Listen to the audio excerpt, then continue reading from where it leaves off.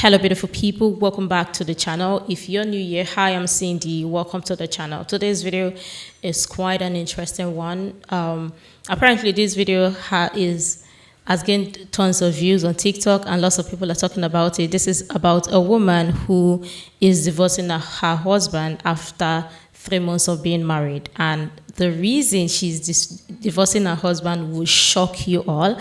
So yeah, we're going to or would be surprising to a lot of you for those of you who haven't seen the video. So we're going to check this video together, and I would love your thoughts and your contribution in the comment section below. Let's check it out. I'm leaving my husband after only 3 months of marriage. This man told me that I was a gift, said he adored me, would pick up coffee for me, would fix my car. Anything that I really asked for action-wise, he would do. And I'm still leaving. It was passionate, it was intense, it was beautiful, and I don't regret the experience at all. However, I'm still leaving. And the reason is the same passion that he would use to tell me how much he loved me and tell me how beautiful I was and what a gift I was. He told me that all the time, what a gift I was to him. The same man who said those things, anytime we had conflict, every 2 weeks, there would be something that I did or said that he didn't like. He wouldn't tell me right away, but it would come up. And to me, they felt small. But he would respond with such intensity, and it would spiral. The energy would spiral. I would be confused. I'd be kind of defending myself a little bit, and it would quickly turn into devaluation, which sounds like really snarky, passive-aggressive remarks. Things that he knew would bother me based on information I'd already given him. So with the same passion that he would build me up, he would also cut me down. And I stayed vulnerable during this. I still shared things with him that were personal to me. I still came to him on my really bad days. And I still contributed to the relationship. During the relationship, he moved to me. He left an apartment. He lived 8 hours away. I made sure that when he got down here, he didn't need to worry about anything because I wanted him to have a fresh start, and I wanted us to have a fresh start. So I worked a lot. I put down a deposit. I paid the rent. I was the one working when he had first moved here. Now, there was lots of promises. There was, when I transfer my business down here, this is how much I usually make, you're not going to have to work, you can just do stuff for me. And that sounded great, and I had no reason to doubt him. Truly had no reason to doubt him. He's a hustler that I knew of. He did good work when he did work, and so I had no reason to not trust him. And when it came for him to actually put the action forward, it was hard for him to get his feet under him when he first got here. And I understood that transferring a business to another city, especially when 8 hours away, is difficult. It takes a little bit of time. And he was under some stress. He was used to being the one making the money, and he's older than me, and so it was causing some stress. Now, he was getting used to it, but I really just tried to make sure he felt supported, and I think some of that is my mistake. We're told by female influencers, by women, that we shouldn't do those kinds of things for men because they begin to resent us for it, and I do believe that's partially what happened. But I think some of these issues were more deep-seated, deeply rooted. He would project a lot onto me. He would call me a liar, call me a manipulator, say that I was twisting his words, flipping the script. things like that. Now I'll give you an example of a conversation, okay, and why, like, this is how our conflict went. So I come home from a hard day at work. When I had first woken up that morning, I didn't get good sleep the night before, and so I was tired, and the energy felt off, right? But I was like, you know what, I'm exhausted, so that's probably why the energy feels off. I'm just gonna get ready for work and I'm gonna go in, right? So I'm getting ready, we're not talking a lot. No reason for us not to be talking that morning, but you know, I was just off. And so he said, I'm gonna get in the shower. I said, cool, great, you know, I'm gonna go to work. And I was just quiet, you know, and I get to work, it's kind of slow in the beginning, so he sends me a text, he's like, hey, sorry you're having a rough day, and I'm like, I'm okay, you know, I'm just tired, I've got a lot on my mind right now, which was true, and I got a lot of things happening in the background, and I said, I love you, you know, he said, I love you too, and about 2 o'clock, that's right when we get busy where I work, he starts spamming me, 5 or 6 text messages, and he does this when he's in a loop. When he gets intense, that's what he does, right? And most of the time I'm reassuring. This time I couldn't get to my phone, right? So I get home and I call him on my way home every time. He's still acting happy and fine, right? So I get home, I'm like, hey, I've been working through some things in my mind today. I had some time this morning at work where I could just sit and kind of brainstorm some things, and I've been working on manifestation. Now, the things that I'm good at with manifestation are the action-based things, and the affirmations, but there's something that just wasn't sticking because I have some struggles around self-worth. Obviously, when I'm choosing a relationship like this, I have some struggles around self-worth.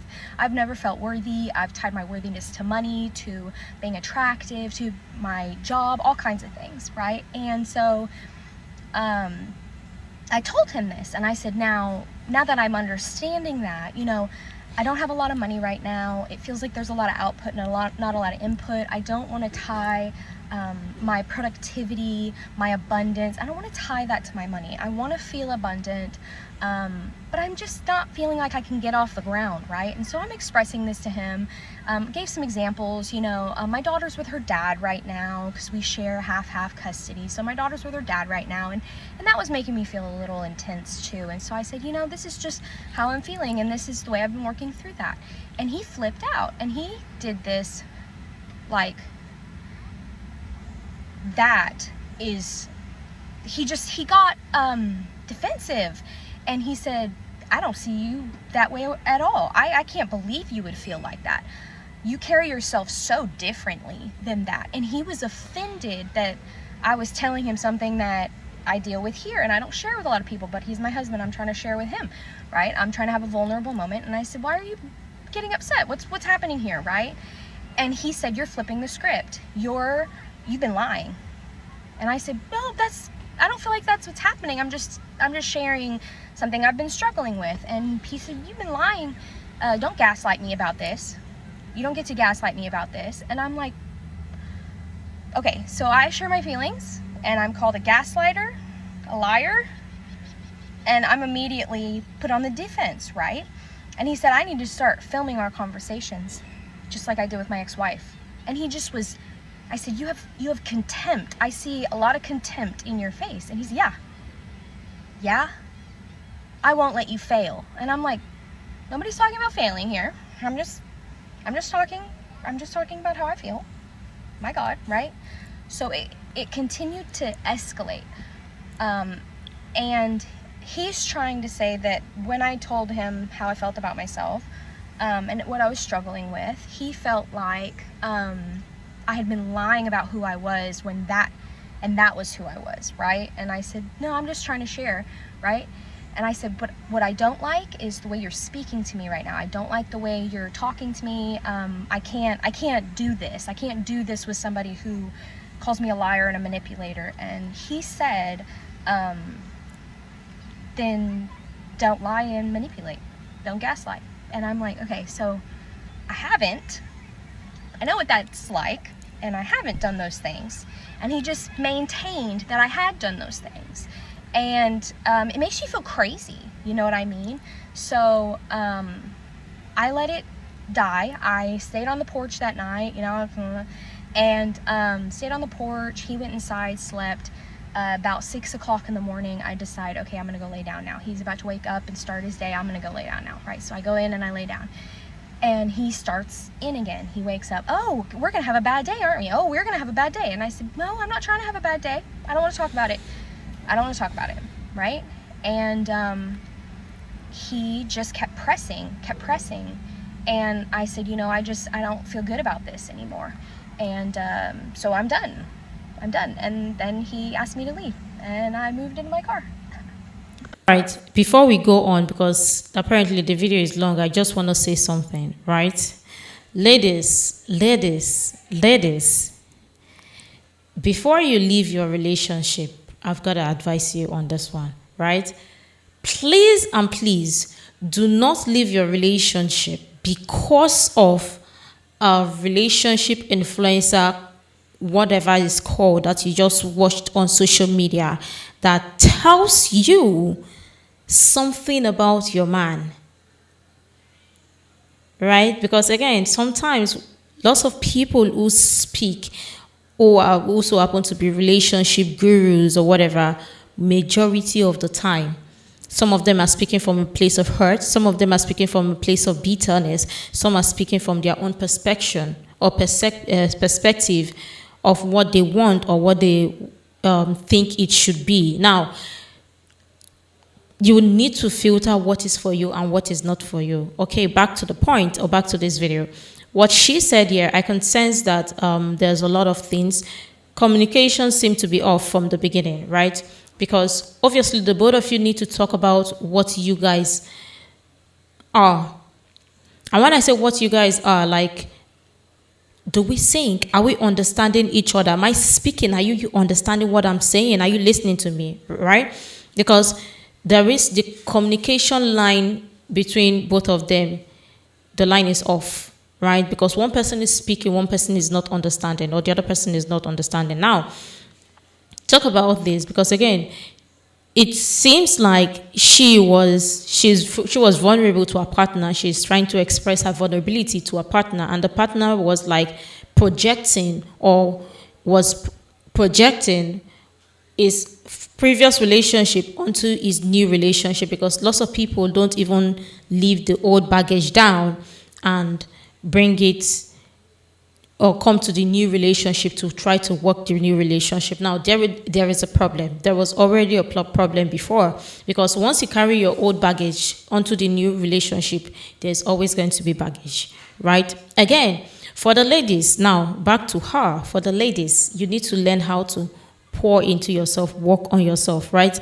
If you know there are areas you need to work on, if you can't find anybody you can confide in, get a journal, start writing, and think of how you are going to walk one step at a time to fill in your cup. And this is the reason why you need to get my workbook.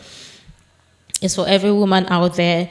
The workbook is the identity reset. It will help you or guide you to know the area you need to work on, right? It is tailored specifically for you. So whatever you write there, it is yours alone. You can always revisit it, always go back to it to work on yourself and take one step at a time to work on. Again, lots of people pour or sometimes may be vulnerable to the wrong person, and the person may use that as a means to exploit the other person or to manipulate the other person. And maybe, let me even see it from this other side, and maybe, again, he's projecting his previous relationship onto here, and maybe this said partner hasn't been able to understand how to work with his new partner, so he's trying to fix her when she may not be ready to be fixed. She may just want to be with somebody, or you may just be looking for somebody that would give her a listening ear, right? That's where the problem is, because majority of the time, sometimes partners usually think that it is their job to fix their significant other, when majority of the time they just need a listening ear, right? Let's go on to the next part. Okay, part 2 of that, of me leaving my husband. So that conversation, that argument that we had, part of the argument was also that he felt like that I had been angry that morning. And I told him I wasn't angry, I was just tired, and I have some things going on that I've been working on, and then I have my manifestation I've been working on, feelings of worth, all of that kind of thing, right? And he said, no, you're lying. You were mad, and you're lying. And I was like, but I'm telling you I'm not mad. What made you think that I was mad? And he said, your body language. I could read it all over you, right? And that's how he's talking. Like, okay, girl, like, okay, man, like, let's pull this out, like, let's slow down on that, right? And I'm absolutely getting triggered, okay? I'm healing, not healed, okay? So I'm absolutely getting triggered. So I'm like, look, I'm not lying. I'm not flipping the script. I'm just expressing myself. I'm just telling you where I'm at. You could have asked me if I was upset. You didn't.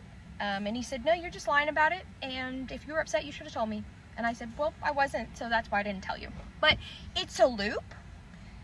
The conversation gets into a loop, and you start to feel crazy, and you're kind of stuck in these, like, as I'm starting to try and explain myself, which is, don't do that. As I'm explaining myself, he's cutting these little digs in, that keep putting me back into defensive mode. He's sending these little digs. Now, this is not the first time we've had this type of blow up. The one before that, he actually left me. This is toxica, okay? This is toxica. He left me. I almost did not try this again. He left me, and it was a massively embarrassing thing for me, okay? Not because he left, but because of the situation around that. He almost got me fired from my job. I've been in some toxic relationships, and never have they almost gotten me fired from my job. So one night, I don't even remember how this started. I don't even remember how the conversation started. If I think about it a little bit, I probably could. But the issue was that it was over something like small, like what I was talking about before. It was over something that I thought was a little small, but for him was all these little things that built up until he had this blow up reaction, right? And we got into that same cycle where I'm like confused, defending myself, and he's throwing insults at me. He's walking around like crackhead bitch this, crackhead bitch that, and I'm like, I am not responding. I am gray rock. This. Right? Gray rock. Don't engage. My tactic that day was do not engage. It made it worse. Okay? So the time before that, I engaged, talked. It took me 6 hours the time before that to talk us down, to get us on a better place. And then after that, he was like, you're so good for me. You know how to handle me. Blah, blah, blah, blah. Okay? And this time, I'm like, I'm not doing that. I'm exhausted. I'm tired. I'm not engaging. I know how to handle people who are doing this kind of stuff. I've been in crisis intervention. My degree's in psychology. I know how to handle this. I'm gray rocking. Okay? I'm not engaging. Right? That made it worse. Somehow made it worse. Okay? So I'm just sitting there. Right? I would say, I'm not doing this right now. We can talk about it later when everybody's calmed down. That's what I would say, okay? He was spinning out, right? So finally I said, you know what? I'm going to take a break. You do whatever you need to, right?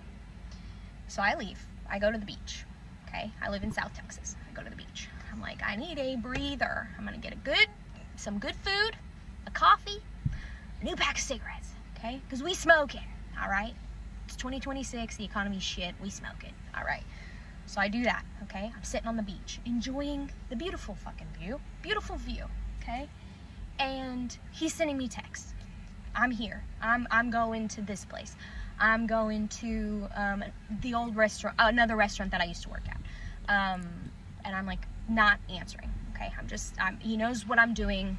He knows I need a break, right? So I'm just kind of letting him spin out, crash out, okay? Because I'm tired. And so he thinks the line is too long over there, so he decides to drive to the place I work at now.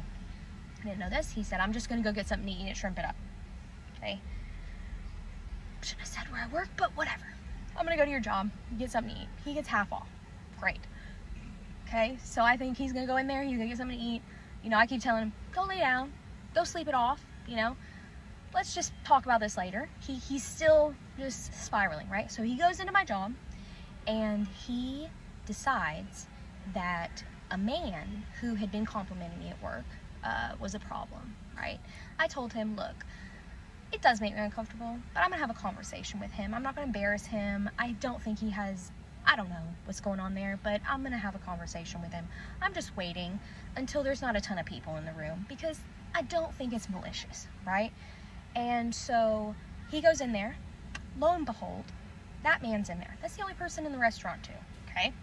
That man's in there. He's a regular, okay? So my two coworkers are there, my husband and this man, right? So my husband decides that he's going to tell this man, maybe you should speak to my wife the way you speak to her when your wife is around, right? And this guy's like, what? What are you talking about, right?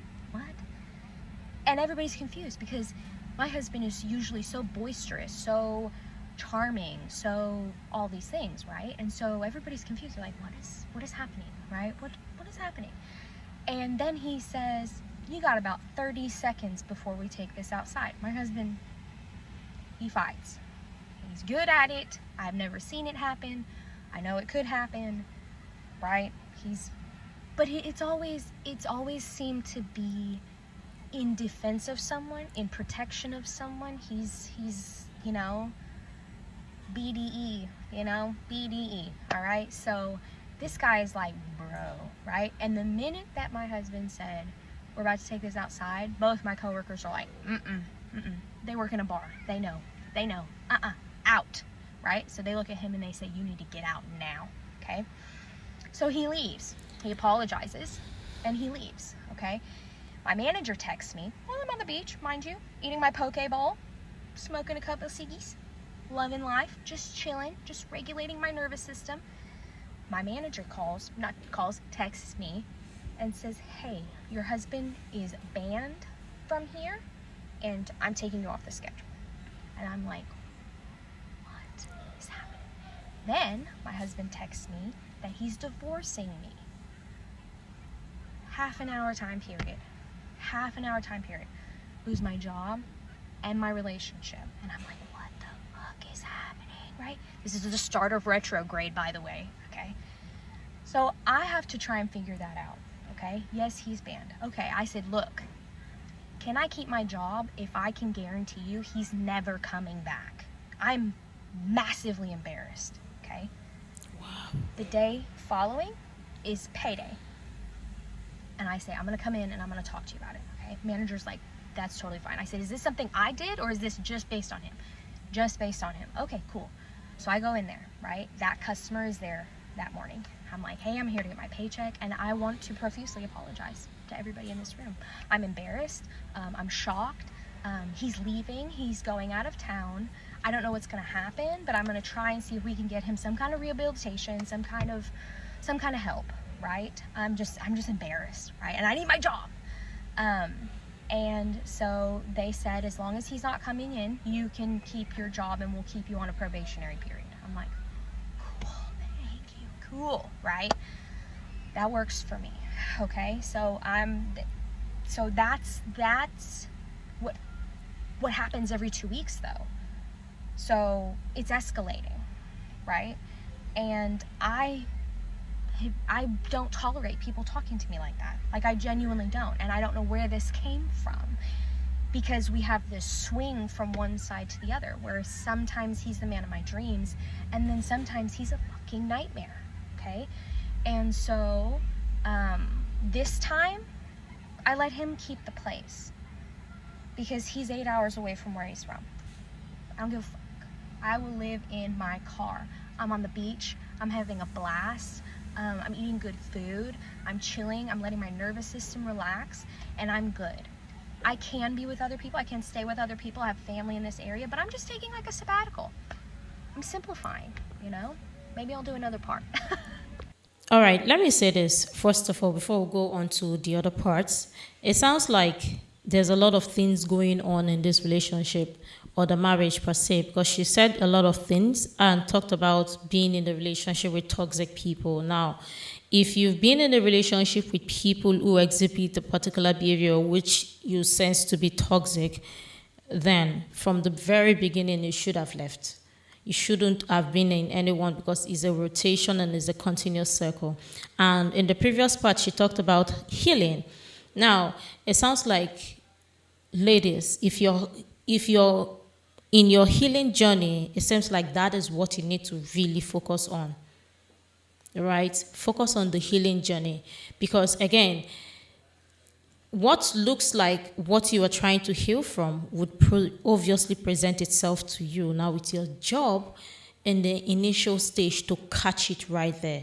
They would wear all different various marks, and it may look like deception, but indeed, it is showing you, or just trying to present to you to know if you're truly doing the work, or if you're still gonna fall for this same thing that you're trying to get away from. And obviously it looks like, yeah. But again, on this part, it seems like the partner is trying to project. Again, we're just working on the information on both sides. We've not heard from both sides, but it seems like the partner is trying to project what's happened in their previous relationship, right? And we're talking about this marriage so far, 3 months. In 3 months, if all of this is going on, all of this is happening, at first, there may have been subtle signs that you may have seen or noticed, but you may not be ready to catch on, because again, this is the same person that is telling you all those nice things that you want to hear. So it feels like it's just like the devil in Prince Charming outfit, right? Those nice things that you really want to hear, and because it came in a very perfect dress up, so you thought that maybe this one was going to be better. But people need to realize that marriage is a journey. It is not a destination. So obviously you date, you be in a relationship, if eventually you're looking to get married, then fine. But I also want to say that if you're truly healing, which we're not doubting anybody's healing process, everyone's healing process is different. Some people heal better in a relationship, some people don't. But if you've gone in series of cycle with, like she said, toxica, then it sounds pretty good that that you need to focus on the healing part more than you be focusing on relationship. Because look at it, imagine losing your marriage and your partner and losing your job and your house. So yeah, again, let me know what your thoughts are in the comment section below, because we're working based on this information, but I'm not working only on what we're being told here. We're also working with a lot of information that we also hear that we're not being told here as well. So let's go on to the part 3. Okay, so I remember what that crash out was about for him. He had come into my job when we had first started fighting, and we had just dropped my daughter off with her dad 2 states away. Okay, and it was a pre-planned thing to where I had my daughter for a year, and then her dad is gonna have her for a year. Now she's 7. Like, everybody's been telling me, don't let her do this, but her dad's great with her. They have a really good relationship, and he hasn't seen her in a whole year. And so I'm like, look, I have no reason not to, other than I don't want to, because I love her. You know, I adore her. Okay. So I'm working through this, letting her stretch her little wings. She's excited to go to her dad's, and so we're framing it as like, oh, this is gonna be a new adventure for you. You're gonna get to see your old friends again. He's redoing your bedroom, like beautiful things, right? So she's excited, but I'm feeling I miss her. I love her. She's my only baby, and I just adore her. And so, we had just dropped her off the day before, okay? I got very little sleep that night. I needed to work literally the next day. And so I'm just feeling, I'm just sad. I miss her. And so I'm at work, and I'm having a bit of a stressful night. I'm by myself. Some of my coworkers are in. Everybody's drinking, everybody's having fun, and I'm just feeling like, but I'm maintaining, okay? He's in there, he's having some beers, he's watching me with the customers and stuff like that, and he can tell that I'm off. He can tell that I'm a little off, right? And I'm telling him, like, yes, I'm off, but I can't talk about it here because I'm gonna cry, and I don't want to cry at work. I need to maintain this. In order to provide good service, I need to keep myself happy, excited. You know, like, everybody's on vacation, they're loving it. Like, I want to bring the same energy, right? And so he keeps pressing while I'm at work. At one point he presses me, and I say, you know what? I miss my girl. I miss my girl. Then I kind of walked off to the closet to cry a little bit. I cried a little bit, but I just love her, you know? And so he stands up and leaves the bar, and that's where it started to, you know, just over me missing her. So it's like that, okay? The job that I had previously, I quit, partially because I have some things happening in my family. My dad's really sick. I don't have contact with him. I'll get into that later. But I don't have contact with him, and I feel I don't know what to do there. He's really sick, and he's dying. And so the stress of that, and then the stress of my husband, made me just want to leave that job. It was 45 minutes away from where we were moving, and I thought, you know what, I'm just gonna leave, right? I had a situation with a coworker there who kept kind of wanting to date, and I kept telling him, like, no. And you know, this coworker would be like, you're so difficult, and I'm like, well, you know, it's not supposed to be easy, you know, like, it's not supposed to be easy, like, what the fuck? You know. And so my husband hated this coworker, of course. It never crossed any lines, never. Oh, You know, okay, I went to the better. bar, man, you know. But all of that just led to me just being like, you know, I'm gonna quit my job. Little did I know, like, we were gonna continue to, you know. And my husband would say stuff to me that was like, you can't police yourself. What are you doing that's making these men want to hit on you? What are you doing? And I'm trying to explain to him, look, I'm a woman in a bar. There's nothing that I need to do for them to hit on me. I can be mean. I can be friendly. I can not give them the time of day. Look, I'm tattooed. Like, we're in a bar.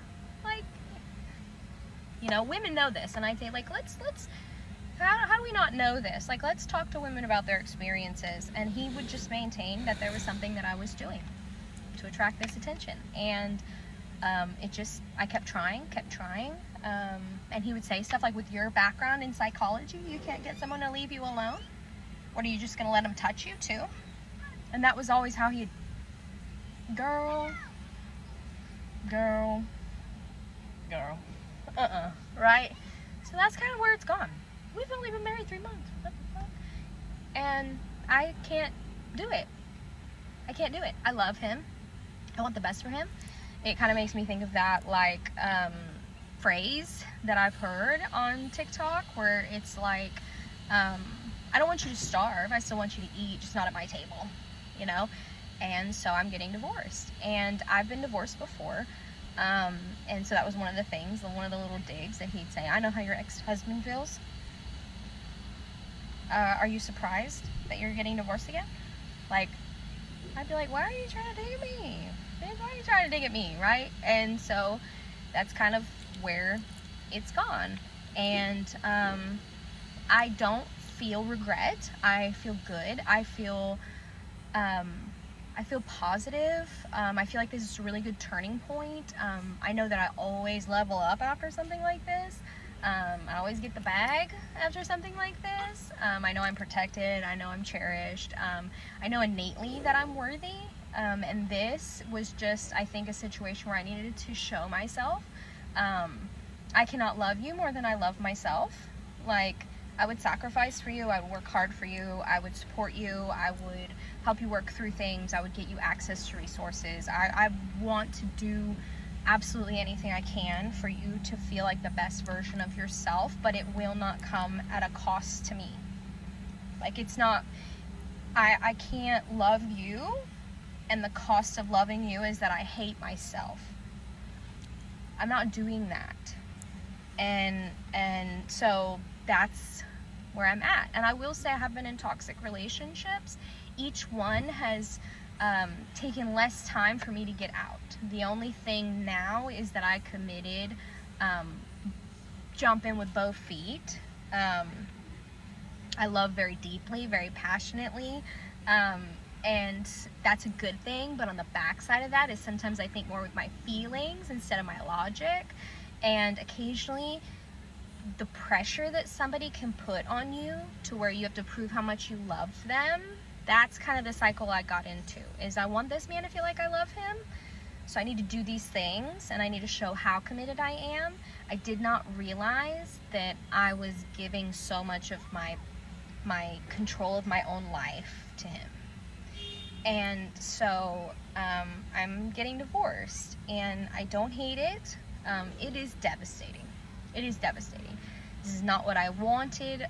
This was not where I was going with it. And I'm sad, but I'm hopeful. You know, I'm enjoying myself. I've simplified my life, and I'm saving. I have a dream of buying a sailboat. I don't need help, but I would love interaction. You know, I'm buying a sailboat, and I want to sail. I love the idea of the freedom. I love the idea of the simplicity, minimalism. I love all of that, and so I love travel. At one point I wanted to do a camper, a tiny house. You know, I've just loved the alternative ways of living, and so so yeah, I'm looking at sailboats, and just kind of waiting for that jump. I need to get the bag up, obviously, but living in my car is going to help with that, I think. So I've just really streamlined my life now, and I do believe before the end of this year I'll have a sailboat. I'm looking for something specific, something that is something my daughter and I can travel on. I have no sailing experience, but I'm not afraid of that. You know, I love learning new skills. I feel really confident about it. Yeah, so I plan to sail. Probably, I don't know where to go first, but we're gonna figure it out. You know, we're gonna figure it out. So I guess follow along. I don't know. Thanks for listening. All right, let me say this. For ladies, now ladies, listen to me. Before you jump onto the bandwagon or jump in onto the idea of getting married, because again, lots of modern women love the idea of marriage as opposed to loving or getting married itself, or the journey of marriage, or the marriage itself, because they fail to understand that marriage is a journey, not the destination. Again, I know why I'm still repeating this, because lots of people don't actually date to get to understand the person. Dating really is about getting to know the person, is your interview stage, right? So you get to date this person, then be in a relationship with this person. Eventually, maybe if you guys want to get married, you get married, right? But date to know this person, know the communication style, know what they need, know what they do, know how they can pour into you and you pour into them, know how the both of you can build together, right? Because again, lots of people skip the dating stage and jump right into relationship. Because again, people be like, oh, if I'm going out on a date with somebody, then we automatically are in a relationship. That's not how it works, right? You don't skip. It's just like going for a job interview or applying for a job.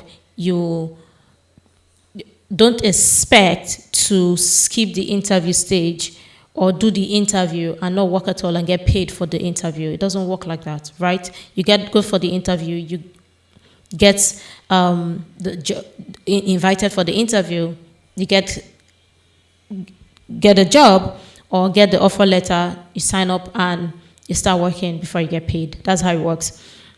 So lots of people really need to understand dating, the difference between dating, relationship, and then marriage, right? Marriage is a whole completely journey. And if you're in your healing journey, please do the healing yourself, right?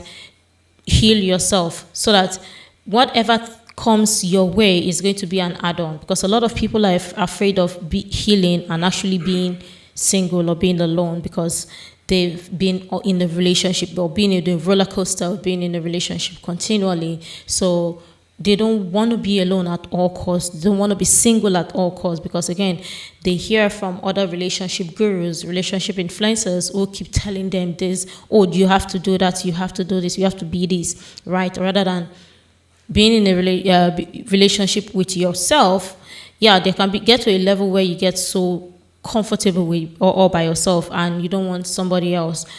Now, that's a completely different ball game. But what I'm trying to say is heal all by yourself, so that when you spot any sign of anything or what you're healing from, because they're going to test you. It's definitely going to come, right? You see it from very far and you tell yourself you're not getting involved. Before you sign those documents or you sign those papers, right from that stage, you would see it, right? Sometimes it may look the red flag may look like green flag, but again, it's your job to also take good note of it, or take note of it and recognize it from afar. And this is the reason why you need to get my workbook. I'm going to link it up in the description box below, so you go get it and start doing the shadow work yourself.